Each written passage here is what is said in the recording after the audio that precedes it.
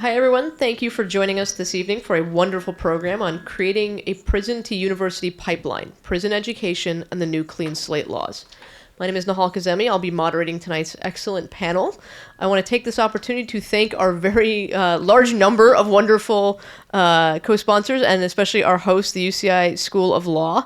Our co-sponsors include the OC Bar Association, the Criminal Defense Association of San Diego, the Federal Public Defender's Office for the Central District of California, the Harvard Law School Association of Orange County, the Harvard Law School Women's Alliance, the Orange County Alternate Defender, Frank Davis, the Orange County Asian American Bar Association, the Orange County Korean American Bar Association, the Orange County Lavender Bar Association, the Orange County Public Defender's Office and Public Defender Martin Schwartz, the Thurgood Marshall Bar Association, UCI Anteaters in Law, the Underground Scholars Initiative, and the Vietnamese American Bar Association of Southern California. Our list of diverse sponsors and the great turnout we have here tonight demonstrate the deep need and community interest in meaningful initiatives to help the incarcerated build a real future post-release through education. So without any further ado, I want to go ahead and introduce our panelists. Professor Keramet Reiter is the professor of criminology and law and society at the University of California, Irvine. She is the author of two books, 23/7, Pelican Bay Prison and the Rise of Long-Term Solitary Confinement, published by the Yale University Press, and Mass Incarceration, published by the Oxford University Press. She is the director of Lifted, a program to offer University of California BA degrees to incarcerated students, and the co-founder of the UCI Prison Pandemic digital archive of incarcerated Californian stories of living through the COVID-19 pandemic. Keramet will provide an overview of Lifted, UC Irvine's initiative to offer a BA degree to incarcerated students, as well as highlight some of the legal challenges to offering higher education inside carceral facilities. Next, Professor Katie Tinto is a clinical professor of law here at UCI and is the director of the Criminal Justice Clinic. She teaches, practices, and researches in the areas of criminal justice, the intersection of criminal law and immigration law, and indigent criminal defense. Her legal work also includes federal and state clemency, federal compassionate release, and reentry services. Prior to entering academia, Katie worked for over 7 years as a public defender in Los Angeles County. Katie will give a brief overview of current expungement and clean slate laws, including several new laws that just went into effect this past January. And Hector Cervantes is the director of the Underground Scholars Initiative at UCI. Having experienced both incarceration and higher education, Hector uses this unique combination of life experiences to combat the pervasiveness of carceral system effects and to work to increase access to the university for justice-impacted persons. USI at UCI hosts events to raise awareness of formerly incarcerated students and to provide information for community college students interested in attending UCI. Most importantly, the group continues to provide a safe space that fosters growth and empowerment amongst formerly incarcerated and system-impacted students on campus. Hector will provide an overview of underground scholars, as well as highlight the policy challenges he and USI work to address for formerly incarcerated students on UC campuses. So with that, Keramet? Thank you so much, Nahal. Did you introduce yourself? We're so lucky to have the president of the Harvard Law Association here moderating for us as one of our co-sponsors. But our vision was to just really kind of give some brief overviews and start a conversation. Really to reserve about half the panel for your questions. So I'll try to be fairly quick, and then we'll be here afterwards to kind of chat with folks too. But as Nahal mentioned, I'm the director of Lifted, which stands for Leveraging Inspiring Futures Through Education, and is the first UCBA degree for incarcerated students. And so I wanted to give just a little background about how that came about and what we do, and then briefly highlight some of the really interesting legal challenges that this kind of work raises. California has been really at the forefront of trying to bring higher education into prisons and make it accessible and make public higher education accessible, which I think is really exciting and unique. Even post the abolition of Pell Grants for incarcerated students in the 90s, there were little liberal arts programs all over the country, but very few programs that really tried to educate incarcerated students on a larger scale.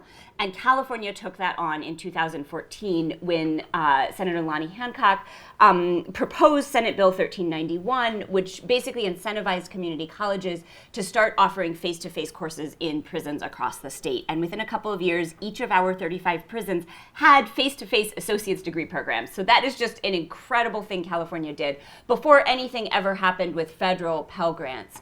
And that opened the door then. Students across the state thousands of students have access to associate's degrees, but there are very few bachelor's programs. A few years after the associate's degree movement, Cal State established the first bachelor's program, Cal State LA at Lancaster Prison, and then UC Irvine established the first UC bachelor's degree. We admitted our first cohort, and they started this past fall in 2022. So there are now a couple bachelor's programs across the state, and one of the visions of the UC program is that we are a model of how to replicate this across the state so that anyone who wants a college degree and is admissible can earn one while incarcerated or start that process and then transfer to campus, as Hector will talk about. So as I said, Lifted admitted our first cohort, so the students applied as junior level transfer students. So they all completed an associate's degree in sociology in spite of COVID and all of the nightmares that caused in prison over the early 2020s, and we about 29 students applied last spring. 26 were admitted to UC Irvine in the open transfer pool. So these are students who met the requirements to transfer into the UCs. And they are students who I often say always should have been admissible. The UCs do not ask about your criminal background. They banned the box a few years ago. So these are students who met the requirements for admission as junior level students. They got in, and then we had to figure out how to actually offer them courses on site at the prison. So we partner with a community college, Southwestern College, based in San Diego, that's working on site at Richard J. Donovan Prison, which is on the border with Mexico. You can almost see the border from the prison. And it's about 90 miles from here. That sounds a little far, but prisons are not in convenient locations. And most college programs it's one of the closest prisons to UC Irvine, and most college programs and prison run, in prisons wherever they're located. Our first cohort of faculty who taught down there have all insisted they want to teach again next year because they loved it so much. So the commute has not yet deterred anyone. Our 25 students are earning a bachelor's in sociology. That's our pilot degree because that's what the community college was offering, and so that was a pathway that made sense. We hope to expand options for degrees over time. Of our 25 students, actually, one of our students was released this fall and is now matriculated at UC Irvine. You might have seen him here with his dog. He helps train dogs to provide disability services, but he had to go take a midterm. So he is truly matriculated on campus. So we now have 25 students in the prison. Of our 25 students, all are Pell eligible. I'll talk a bit more about that. So these are students who come from low income backgrounds. About a third of them are Latino. More than 10% of them are Native American. About 10% are African American, 15% are African American, and the rest are white. So actually minority white, which reflects the demographics of our prison population. But it's to say these are an incredibly diverse group of students. They have a range of sentences they're serving, although I often say that shouldn't really shape these programs. Patrick had a life without parole sentence that the governor commuted because he was sentenced for a non-homicide crime that he committed before he turned 18. So those sentences have been reconsidered across the state. So we can't kind of use a sentence to predict who should be eligible. So we have these students who come from a wide range of backgrounds in the program, and they are excelling. 60% of our students made Dean's Honor Roll in their first quarter as UC Irvine students this fall, which we were just absolutely thrilled with. And we had our regional site accreditation visit because we're a new physical site of UC Irvine. And the students were just incredible talking to the accreditors about how being in this program has changed their entire perspective on life, right? They have this idea now that there's something else they could do. And one of my favorite things they said is they feel like students first and incarcerated people second because of the work UC Irvine is doing in the prison. And I think that's the best thing I could have asked for from the students in the program. So that's kind of what Lifted is doing. We support that with all kinds of California has a program that's more robust than Pell. So we started this before Pell was reinstated for incarcerated students, and their tuition is covered by something called Blue and Gold that supports kind of non-traditional students, folks who maybe wouldn't be eligible for Pell for other reasons and who get admitted to the UCs. We expect they will then become eligible for Pell in July. So that's a huge part of how these programs are supported is you have to figure out some way to cover tuition, and the UCs have done that, which is really exciting. But getting faculty down to the prison to teach classes that are smaller than our usual classes. We have a full-time program coordinator who really makes everything run. We work very closely with Hector, and paying for faculty to get down there. The students have no internet, so we have to print everything out on paper that we give to them, buy all their textbooks. So we support that with philanthropy, fundraising in the community. The legislature allocated $1.8 million to the program for the next 5 years. years this past legislative session this summer. So that's, this is, I often say lifted is just the kind of final piece in the state where we funded the community colleges, and then the state funded reentry programs for incarcerated students coming into the community colleges. The state has long had a program in the Cal States called Project Rebound for formerly incarcerated students. The Cal States now have funding to teach in the prisons. The state funded Underground Scholars, which is for formerly incarcerated students on the UC campus. And so permanent funding for lifted at the state level is kind of the last piece of the state puzzle of higher education, I think. And so our hope is, this 5 years of funding will ultimately turn into longer term as we demonstrate that other UCs can build similar programs and expand, and our students hopefully start to graduate and come to campus like Patrick has. Those are the really happy stories. Of course, there are many challenges to running a program like this. I think one of the things everyone is really excited about is that for the first time in more than 20 years, people in prison are going to be eligible for Pell Grants again. And that's amazing, right? That means that not just in California where the legislature supports this work, but across the country, hopefully people will be able to re-enroll in college programs from prison.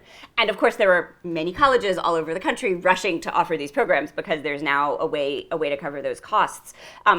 There are pros and cons, right? Some of those colleges are for-profit colleges that maybe just want to make money. The questions about how Pell is going to work when it's reinstated are very complicated. There's been kind of a bipartisan negotiation about the hope that we will be able to kind of monitor and make sure that students are getting courses that get them towards a degree that are meaningful, that aren't predatory being offered by private or for-profit colleges. But that means that the Department of Education is still working on all of the regulations. I talk to our financial aid office every week. They're waiting for the exact regulations. But there's going to be all kinds of requirements for schools who provide Pell to students to track employment and also recidivism, things that you wouldn't necessarily usually track for your students.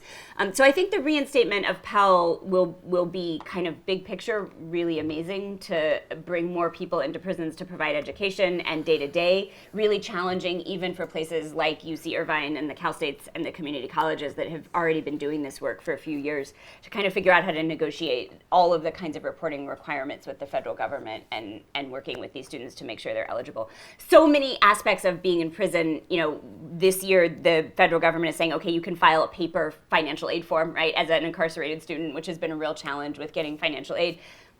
I don't believe the federal government is going to be able to handle the thousands of paper financial aid forms that are about to come in from incarcerated students. So I think there are just the challenges that students face behind walls with, I'm still working on trying to get basic identification for financial aid for some of our currently enrolled students because they don't have social security cards. They don't have access to birth certificates, the kinds of things that you usually use to document your eligibility for aid. And so the hope is, with the reinstatement of Pell, there will be better regulations around that. Federal financial aid is starting to accept things like your prison ID, but it's a very slow process. So that kind of encapsulates one piece. We have to figure out how to fund these programs, even where there's federal aid. There are many administrative and logistical barriers to actually getting it to the students, and the rules to try to make it fair also create more challenges. I think the other really big challenge we face is just access to technology, as I suggested. I can't tell you how much of my days I spend explaining to people on UC Irvine's campus that these students don't have internet and we have to create a PDF or a paper document I can print out for everything that happens on campus, from proving your vaccination requirement to getting a Dean's Honor List notification to enrolling in courses. And so I think that's something that's slowly changing. There's also funding in California. Our students have laptops, they're just not connected to the internet. So there's slowly changing to try to bring more technology, both the physical computers and internet, into the prisons in California. And I think that's a place where there's huge need, knowing that 95% of people ultimately come out and they're all going to have to use computers when they do. I think one of the really important things we can do is make that accessible inside. Of course, that brings all kinds of educational opportunities forward. The flip side of technology is that it is much easier to surveil, and surveillance has always been a problem of education programs in prison. And I always encourage our faculty to just bring their stuff in paper to teach our students, because that's much easier if you just bring in a stack of papers. No one in the prison is reading every single stack of papers that comes in, but anything that you give to the prison to upload onto a website or onto a student's computer could be reviewed. And I think people are just beginning to understand, how that process is going to work. They're just starting to have access to online libraries, and we're negotiating about how open is that access and how much surveillance is happening from the prison system. So anyone who wants to do First Amendment law, there are like fascinating issues that are going to come up in the prisons. I know it's supposed to be a criminal focused one, but civil rights. so those are two things that I really wanted to highlight that I think are interesting, are the financial aid, the technology challenges, and then the issues with surveillance and how much true access to education these students have. We at UC Irvine always say we want these students to have as similar as possible an experience to what they would have on campus. We want them to have access to as many resources as possible like they'd have on campus. Our regular line faculty are teaching. I think Katie's probably going to teach next year, hopefully. So it's, we try to really give them the university experience they would have if they were here in as many ways as possible. And again, that means access to technology, access to the kinds of resources you have at a UC, like the libraries and research. And so those are kind of ongoing and interesting negotiations with the prison system.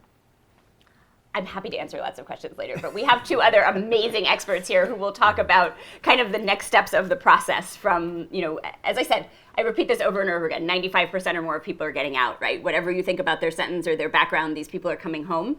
And part of this work is creating these pathways so that when they come home, they're successful. And Hector and Katie do amazing work in that front. Katie, go ahead. No, you're next, I think, on the okay. official I put agenda. you next on the official agenda. Sorry. Hello, everyone. My name is Hector Cervantes. I'm the director of the Underground Scholars Program here at UCI. So a bit of a background on Underground Scholars. It actually started as a reading group at UC Berkeley, which then, fortunately for me, and, it actually developed into a student organization. They were able to raise state funding to become institutionalized at Berkeley. And then they began an expansion project to other campuses. So at UCI, I was part of the founding group of students in 2018, where we established Underground Scholars Initiative as a registered student organization here on campus. I think we didn't have more than like 7 students from 2018 to 2021.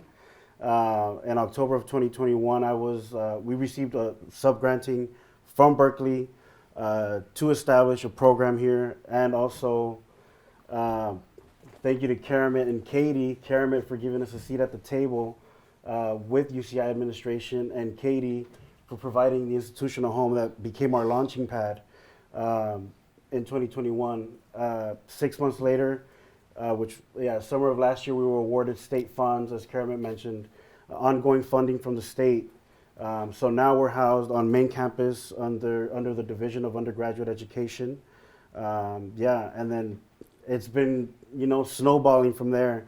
I think when I started in this capacity, in this role, we had 10 students. 2 of them were undergrads, 8 were grad students.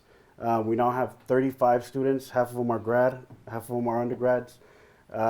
We've now been given space, which is crucial to build community here on campus. And every day is just more and more students are coming around. We're gaining traction. Folks are becoming aware that we're here on campus. So that's a little bit of background on the Underground Scholars. As far as an overview on the vision, really is to have an intersegmental body within the state of California where, Rising Scholars, which is our counterpart at the community college level, Project Rebound, which is our counterpart at the Cal State, within the Cal State system, and Underground Scholars is really working to fill any service gaps, information gaps that exist, and really just to streamline services and academic advancement for carceral system impacted students in the state of California. So that's a vision, that's work that I'm trying to focus on carrying out, having conversation with my counterparts. We hosted a Prison to University conference last year. We had folks from around the state, from Northern California, Central Valley, Central Coast, San Diego, come out to UCI. It was great, and it really demonstrated an appetite for these different programs to come together and try to address these service gaps. In terms of retention, the vision here at UCI is to have a thriving community for carceral system impacted students, where we have our students coming together and really what we do is, as I mentioned, we have undergrad, grads. We also have Underground Scholars alumni who are practitioners. And all we do is, my vision is to have us all connect together to help us onto the next chapter, the next phase of our academic career, the next phase of our professional career. I think that's what's really going to help us, combat, the negative impacts of mass incarceration in California. I am a firm believer, and I am proof I'm formerly incarcerated. Higher education and education in general was a transformative experience for myself. So I'm a firm believer in higher education as a way to combat mass incarceration and really provide a true path for upward mobility for this student population. As far as challenges, as I said, we received funding, state funding. We were allocated $4 million for the entire University of California system. I think it's great to establish a foundation, but we really need more, I think, to carry out the full vision and to really address the need that is there in the state of California. I also feel like we need standardized programming within the UC system. So the Rising Scholars Network has a centralized body within the California Community College system. Project Rebound has a centralized body within the California State University system. However, Underground Scholars does not have that. We're all kind of operating on our own, even though we are on all 9 undergraduate serving campuses. That is another challenge that we're facing to really standardize services. One is to not to confuse our students so that they can show up on a campus and expect, count on certain services and not really be confused by, different services being provided on different campuses. Also for data collection purposes, so that we can identify any challenges, any needs within the UC system, and obviously meet them and tackle any challenges. As far as any challenges with our students, it varies, for Patrick, a lot of lifted students that are coming home, and Patrick's great. I'm glad not in a bad way, I'm glad he's one, because I get to really work with him one-on-one and anticipate what other lifted students, because I'm confident that more lifted students are going to be showing up here on campus. So just start identifying and anticipating, what to expect and be ready. So we're launching a technological barrier workshop series for our students. And it's actually, not just Patrick, other students as well. I was surprised to learn, other students that are coming on the campus have these kind of technology barriers. And so we're launching workshops to address that, having one-on-ones to help them navigate Canvas, Google Suites, whatever they need help with. Took me and Hector to get Patrick registered for his classes, working together. I showed him what other students experience. Also, we have these student populations on campus that deal with imposter syndrome, right? First gen, just off the top of my head. If you can do that times 10 for formerly incarcerated students, which, obviously there's other issues that arise just from feeling like you don't belong here, maybe your age, maybe you have visible tattoos, maybe you're also, a person of color. So all these different layers that factor in, and I'm actually very thankful that we now have our space, because that's what's been helping us combat these challenges and really just being able to come together and help each other out. I myself am lucky. I completed my undergrad here, my graduate studies here. Now I'm fortunate enough to be here in a professional capacity. So I know the ins and outs of this campus, and navigating it as a formerly incarcerated person, person of color, older student when I was here. And so I'm happy that we have a space for us to just come together and share knowledge, share information, share experience. So yeah, that's a little bit, I'll leave it at that. I'm happy to answer any questions though. Thank you. Thanks, Hector. All right, so I'll just finish by talking about some of the new clean slate laws that have passed, because the topics go together really nicely, because as we've expanded all these opportunities for currently incarcerated or formerly incarcerated individuals to get higher education, we've been lucky that the legislature, and thanks to many advocacy groups and organizations, some of which are in this room, have really made great strides in getting new laws passed that allow the expungements of felony convictions. And that's imperative, because if we want these students, after being so successful in these universities, to then be able to get a job.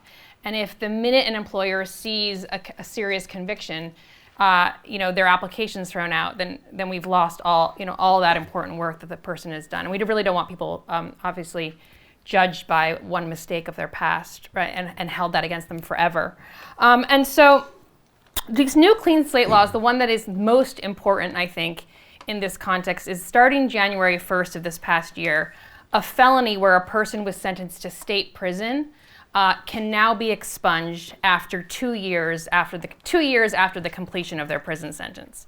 Now, just so I know there's a lot of lawyers in the room, but just to let people, so we're all on the same page, an expungement, we often refer to that as a dismissal of a conviction. It's not a dismissal for all purposes, right? The district attorney's office will still see it. If you get in trouble again, the police will still see it. You still have to report expunged convictions on some applications for licenses, state licenses, teacher, social worker, EMT. But for private employers, once a conviction is expunged, private employers don't see that on your background check. So it really opens a world of opportunities to not be judged by your past and just be judged on your resume and the skills you bring to the table. So an expungement, although it's not a dismissal for all purposes, is really a huge critical step for people entering the workforce. There's also a lot of good rules about protections that if a conviction is expunged, you can't, and again, these rules get complicated depending on the licensing agency, but you often can't be fired or not hired for that expunged conviction alone, right? It can't be the sole reason that you're not hired. So the change in law is about felonies, convictions where you serve time in state prison. Prior to January, you were only eligible for what's called a certificate of rehabilitation, where employers still saw it, but they also saw a mark that the judge deemed you rehabilitated, which was obviously a great accomplishment for that person, but a lot of employers didn't really care, and the person would still not get the job. So now you are eligible for an expungement. Again, 2 years after your felony prison sentence is completed. This doesn't include people who have to register for sex offenders. There's some carve-outs. So, if you're thinking about a person or something like, I'm for the sake of time, I'm not going into all the specifics.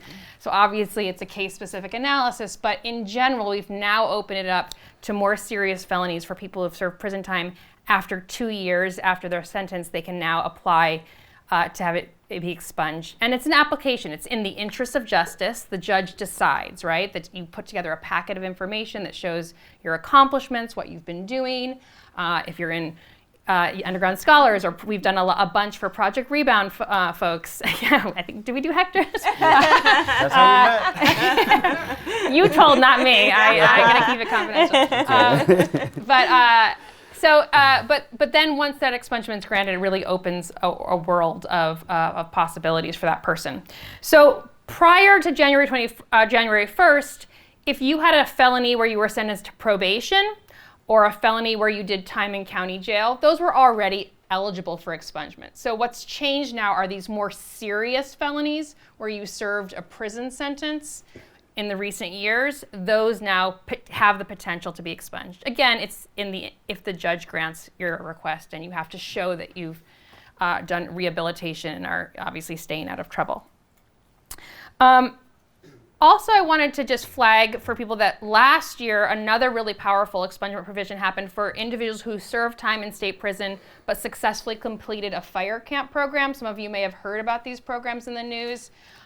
Really a critical piece of how we fight wildfires in our state is that we have incarcerated individuals helping us fight these fires. But the problem was when they were released, they had all this incredible firefighting training. They had all this incredible experience, but they couldn't get hired get an EMT license because of their felony conviction. And we need wildfire fighters. And so they passed a new expungement law. Also, these are all listed on your handout, and I have more materials out front that I added. You are also eligible for an expungement and even a shortening of your parole time if you successfully completed fire camp. And advocacy groups worked very closely with the licensing agency to now allow those people to get EMT certificates so they can apply to be firefighters, which we badly need, and it's a great position and one that these people were skilled and trained to take. So rather than coming out and finding no jobs, they could immediately become firefighters. So it's a very powerful expungement provision. The other two things I wanted to flag just relate to the costs of these petitions, right? It's there has been a growing recognition that that we're punishing people for being poor in essence, and we have a lot of cost for these petitions. We're denying petitions for expungement if they have unpaid fines and fees. And so we've moved in the right direction, in my opinion. I'm obviously biased, but of saying that we shouldn't have hold it against people to expunge their records simply because they can't pay certain things. So for example, starting now this year, there are no costs. You cannot charge someone for the filing of an expungement petition if they meet certain indigency requirements. You have to allow a fee waiver, basically, so that it can be free if the person is under a certain income level or on some sort of public benefit. We also, people often have to pay a lot of fines and fees as part of their criminal punishment. And if a person can demonstrate that they weren't able to afford to pay that, they still are now entitled to have an expungement. No longer can unpaid, what we call restitution, be grounds for denial of an expungement. And that makes sense, right? If we want them to, the money they owe they still owe that money. It just can't be a reason that the expungement's not granted. And that makes sense because if we think of an expungement as a tool to allow people to get a job, the job is what's going to allow them to pay back what they owe. And we're self-defeating if we put barriers in place for employment and then ask them to pay hundreds of dollars in fines and fees. So we've made progress by saying, all right, let's not hinge an expungement on the fact that you still owe money to the court or another entity. Similarly, over the last few years, there's been a lot of progress with undoing a lot of the debt that we collect from people who are in the criminal justice system. So we used to charge you had to pay for the pleasure that you got arrested. You had to pay fees for being booked into jail. You have to pay for every court case that you have. And so we've reduced those fees over time, and the legislature has eliminated a lot of the old fees that people have kind of, again, hurting their credit, hurting their collection, has been garnishing their wages, and the legislature has gotten rid of a lot of those. So we've been really moving in, I think, the right direction to make sure that people can move past, right, the mistakes of the past and have shown that they have grown and become, have future opportunities. And so these are just some of the new laws. Again, I think the felony law, given that we're talking about people who come from prison and are getting educated in prison, we need to make sure that they are also able to get jobs after they earn their BA degree. So I'll stop there. I think we have we have time for questions.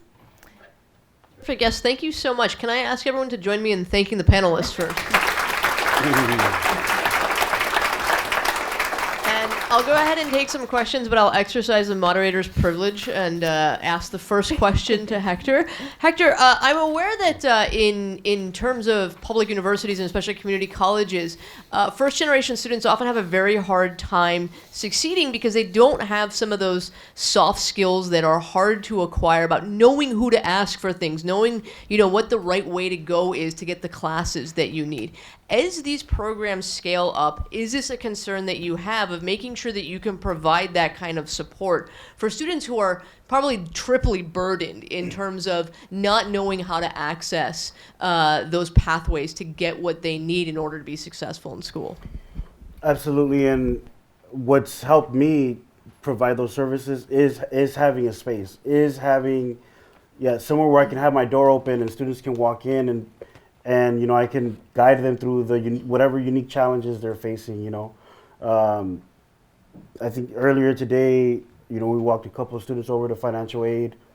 Didn't know where financial aid. One of them was Patrick. Didn't know where the office was. But yeah, not only as we scale up, we're doing that now. It's just like, but having a space is crucial to be able to provide those services. And I'll leave it at that. Hector and I talk a lot together about how to scale up also, right? So like we're working on a campus-wide training that will be open to anyone in the campus community to talk about the challenges formerly incarcerated students face, like the kinds of trauma and the kinds of triple, just so that, you know, just to build awareness, right? Because I think that some, you know, faculty may not know when someone, or graduate student, when someone walks into their class, and same with, you know, some of these, talking about building scalable mentorship programs, like as students finish their BA in prison, can we work together to train them to mentor other students so that we have kind of chains of support so that it's not all on Hector and these students who succeed on campus, right? So it's something, it's hard, but it's something we're really kind of advocating together for. Thank you. I'll walk around. If you've got a question, please raise your hand and I'll come over to you with the mic. Actually, I got three quick ones. I think they'll be super fast. On the ones with the felons who have now gone to prison, I include, when you say completion of the sentence, you include parole time? I don't think so. I think completion of the sentence is the prison sentence. Okay. That's according to the statute. We'll see if there's a different interpretation coming down the road, but the statute just says the sentence. Next, do you have the code section for the fee thing that you said that they do by any chance? Yes, or that they won't be able to require any fee. Right. Do you happen to know It's Bill AB 1803, and I included a fact sheet on it out front at the table. I grabbed it up there. Yeah. And there was one more. The July one where they're supposed to be doing stuff automatically. Yes. It's my understanding, at least in the past, that there was, maybe there's going to be a problem with funding. Are you recommending that people apply anyway rather than just hope that it'll go away on its own? I would if it were me. I'd want the court order showing me a grant, and not rely on the automatic. How would they know if it's been done automatically? Yeah, I don't know if they'll send out notices or a person would just have to get their background check done to see what's been expunged, but I don't think it's worth waiting. Those are all the ones that they're automatically going to be doing are already eligible to be expunged under current law, so there's no, it's a good move, right? Because we don't want to require people to have to expunge their own records. So many people don't know they're eligible for expungement. I've heard so many people saying but I have a felony, or but it's a strike, or all of these things have been eligible for expungement for a long, long time. Most of these, not the prison ones, but some of the others. And people just don't know. And they say, and so I think it's an important move to make it automatic, but certainly if you know, you should go ahead and get it done.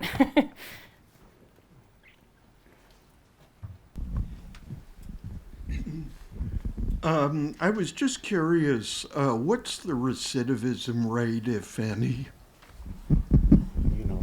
So we haven't had any known recidivism among the students we're working with, but the statistics on these programs are that recidivism rates approach zero as you get a bachelor's degree in prison. So an associate's degree, it goes down to 10%. A bachelor's, it's 1%, and if you get more than that, it's zero. And there's systematic studies that show this over and over again. So it's really, one of the things I often say is, for the cost of putting someone in prison in California, which is about $100,000 per person per year now, we can send 2.5 of them to the UCs and house them. We can send 5 of them to community college. It's just a much better return on your investment. I don't always make these cost-benefit analysis arguments, but...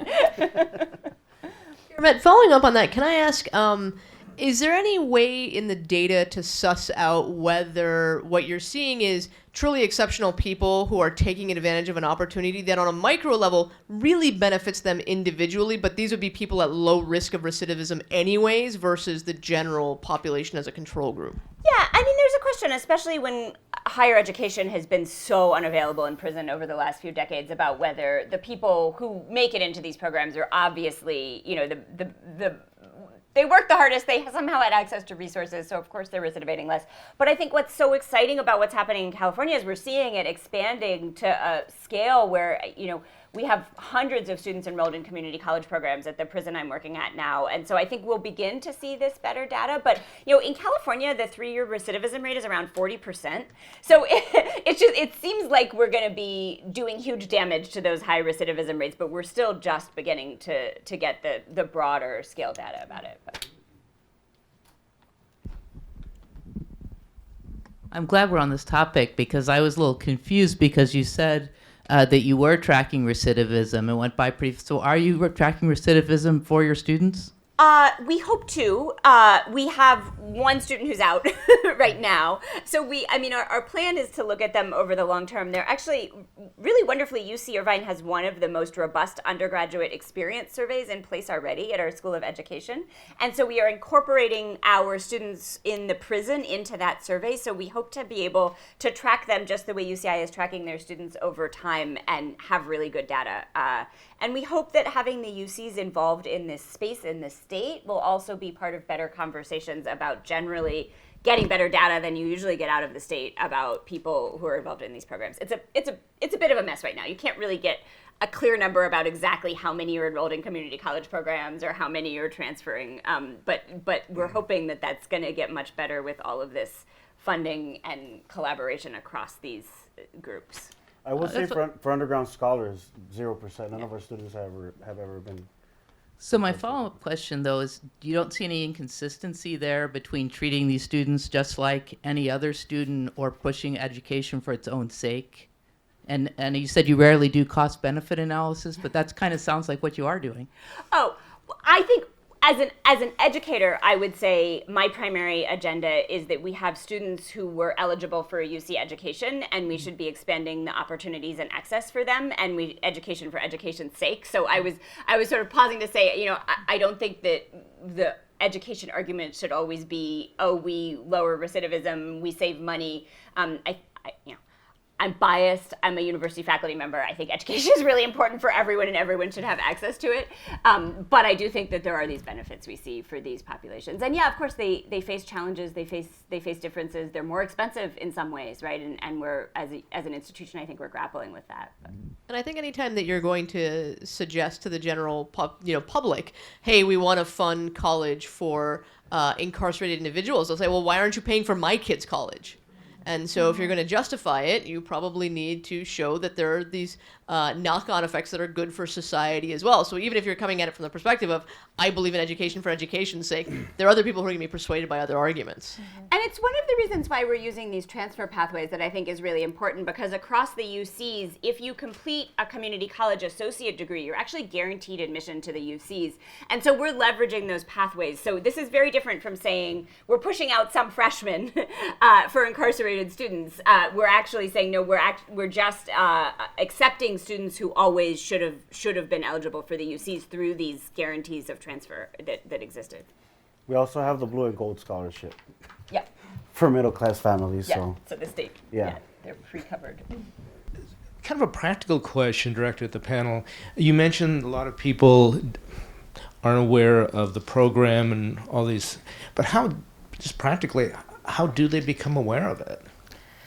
I mean, I think a lot of the groups, like I see Martin Schwartz here, they're our wonderful public defender here, and I think a lot of groups do a lot of outreach. I know our clinic and his office and other groups do community fairs. We're participating. All three of us are participating in one at Santa Ana College, and we do expungement fairs.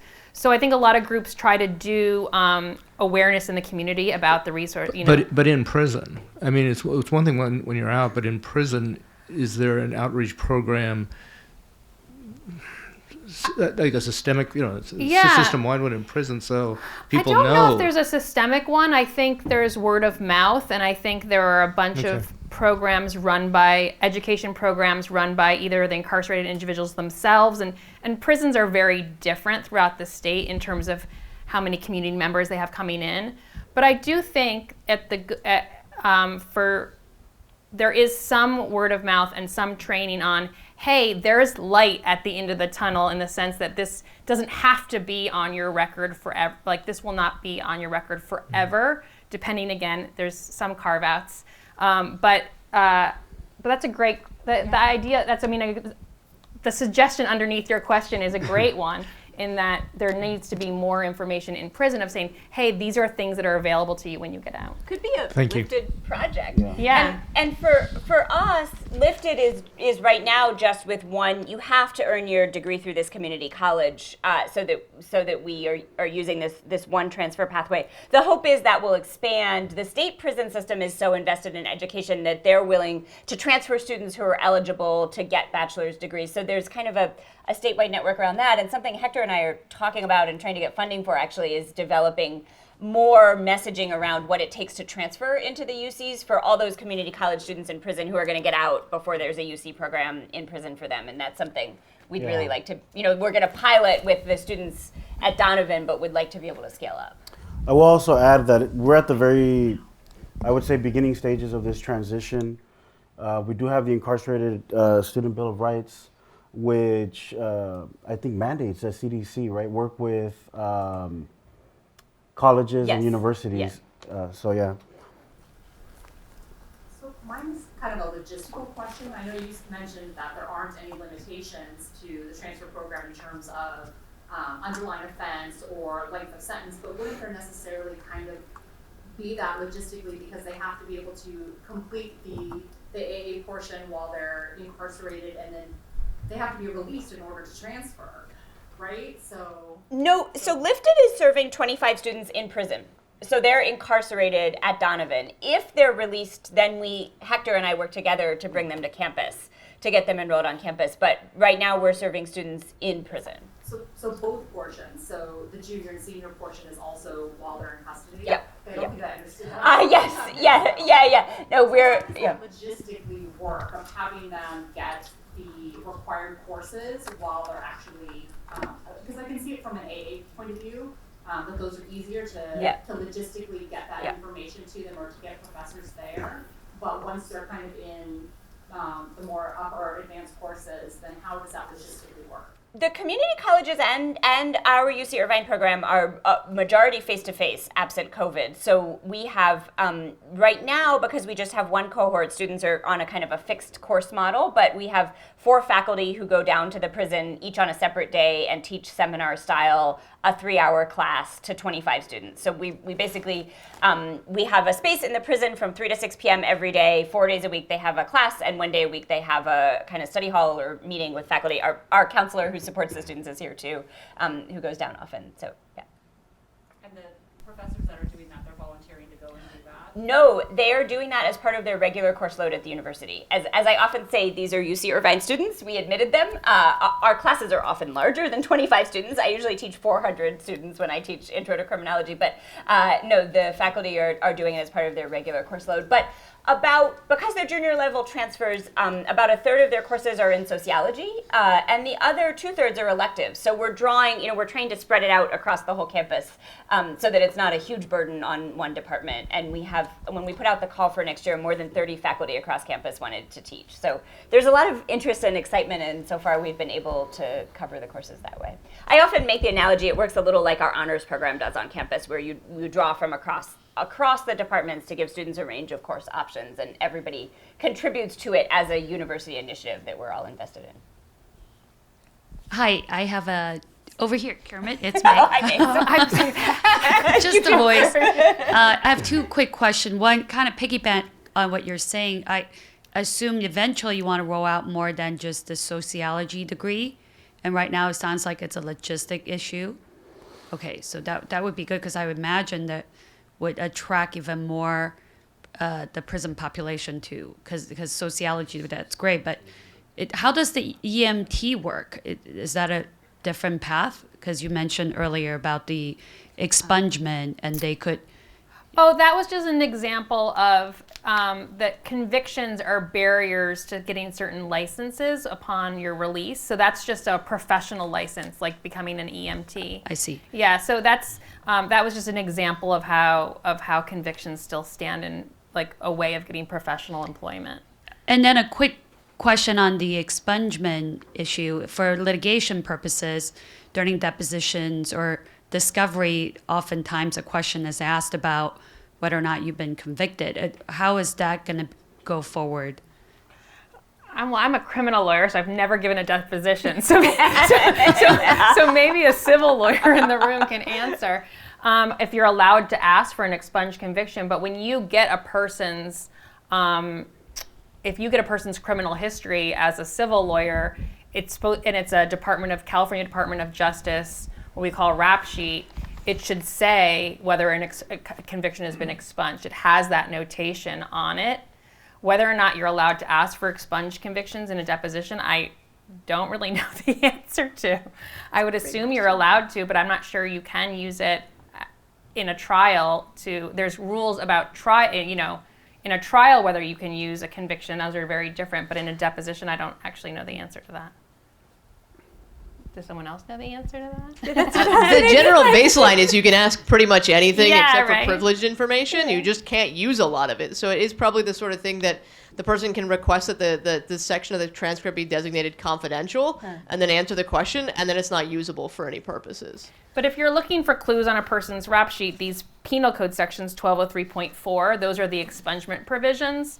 And so you'll see a notation on the person's criminal history like dismissed pursuant to 1203.41, 42, 4B, and that's the signal that it's been expunged. But again, you might not even see a conviction if it's been expunged, depending on your position, how you obtain that information.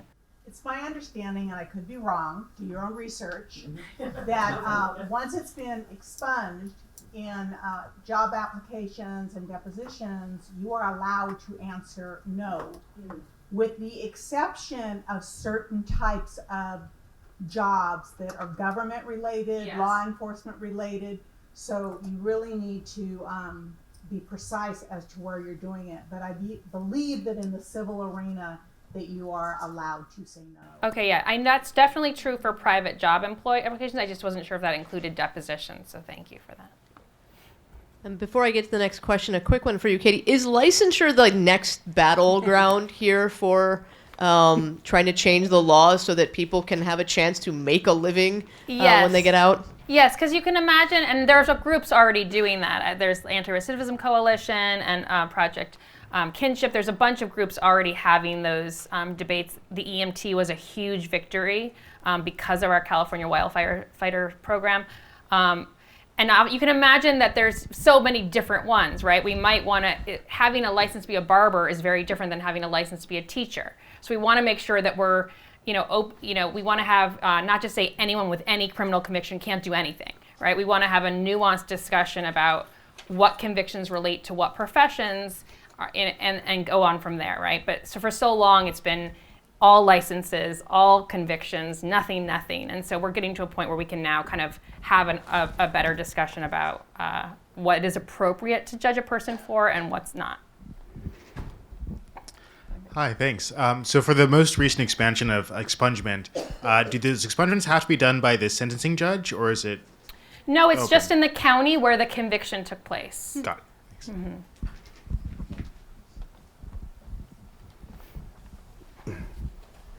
Hi, I have a two-part question for Hector and also for Lifted program. So it sounds to me like the idea is to bring this Lifted program to other UC campuses across the state, which is going to correlate with like the prisons that we have also located across the state. So what have been the roadblocks and how have you been like combating them to get more UCs involved for the Lifted program, but also for the Underground Scholars program to have this systematic, like statewide program that's in place? And it sounds like that's been a challenge. So what are those challenges and what do those look like and how are you battling those?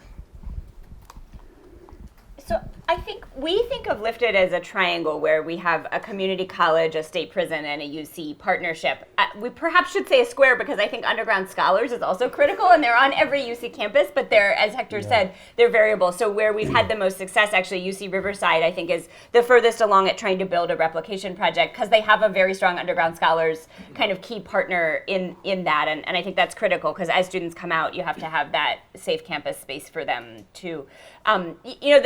Working with the state prisons is really challenging, and working with the community colleges, honestly, is challenging. So we need a community college that's offering a transferable degree, and that's why sociology, it's one of the 3 degrees that they're being encouraged to offer across the state in prison. And you need a prison that's within at least a couple hours that's amenable and that has space, which is one of the huge issues in the state. So it's very much an iterative process with, encouraging people to develop local partnerships and then working at the statewide level to expand BA opportunities across the state. And the prison system is also trying to figure out how to do that because they want a range of opportunities at different security level prisons, different kinds of majors, different universities. And so it's an ongoing conversation that I think we have some path dependence with all the funding at all the different levels and the programs, but it is a slow process. It took us about 5 years to admit our first cohort working in partnership. So I think we have to watch our time. I think, we've got time for 2 more questions.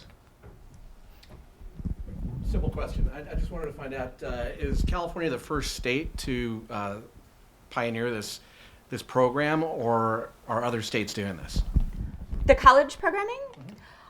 As far as I know, California is the first on anything like this scale. New Jersey's done some really creative work partnering with public and private colleges, but the idea that the entire public university system would be involved in this way is really unique to California. And, I think it reflects our public university system, right? I often say the whole vision of the system is that anyone from anywhere is supposed to be able to work their way through the system into the UCs, into graduate school. And part of what's so exciting about what's happening in the state is that I'm on calls once a month with community colleges, with Cal States, with UCs, and I've been in the system, I did my graduate work in the UCs for almost 20 years, and I've never seen this kind of collaboration across the tiers of the system. And I think that's one of the really exciting things about California that's unique. Are any other states looking to follow California's footsteps? Our hope is that we'll see a lot of success from this and that there is kind of a national conversation about higher education in prison.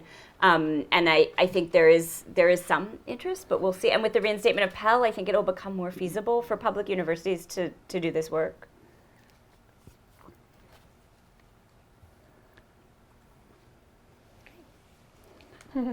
Well, I want to go ahead and thank the panelists once again for this really informative panel and wonderful discussion.